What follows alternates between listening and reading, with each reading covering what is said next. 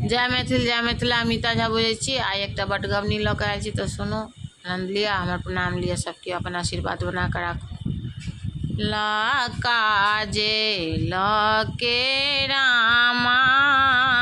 बिजुली जे चमकाए, कोने बन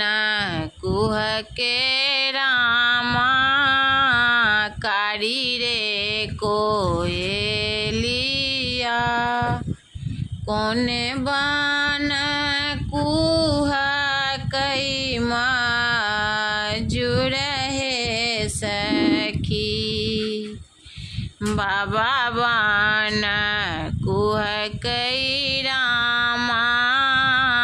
कारी रे कोयलिया, भैया बन कुह कई मजूर है सखी, घर पछुआरबा में कई थारे भैया, दुई पात चिठिया लिखब हे सखी, काते काते लिखी है रे कैता इनती मीनतिया, बीचों में धानी के बीरोग है सखी, घर पछुआरबा में हजमारे भैया, चिठिया के दाहिन खसाई है सखी,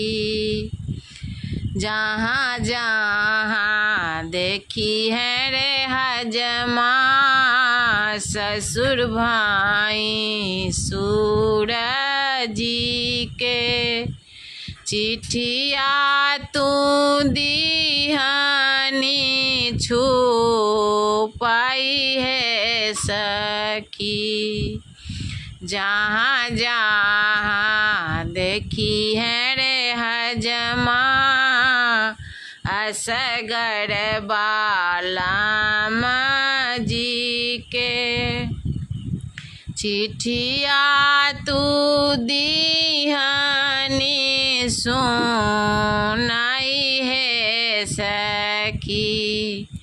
चिठिया पढ़ते बालम मुँह मुस्काओला, चली भेला धानी के देश है सखी, जबरे बालाम जी टोल बीचे आओला,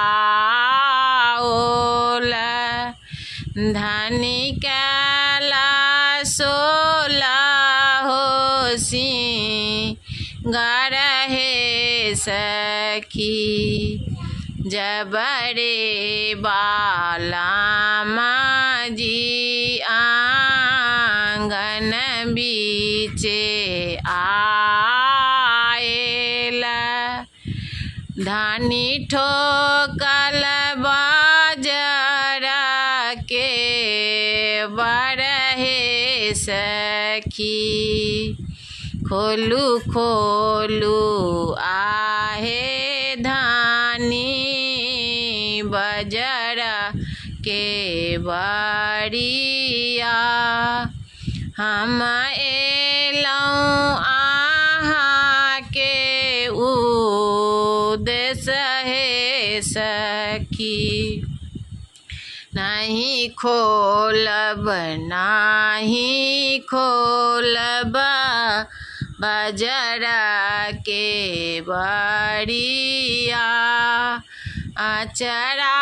सुतल नंद नंद लाल हे सखी बारहे बीरस धानी देशरे विदेश छलौं किनकार इहो नंद लाल हे सखी घरबा में आहे पिया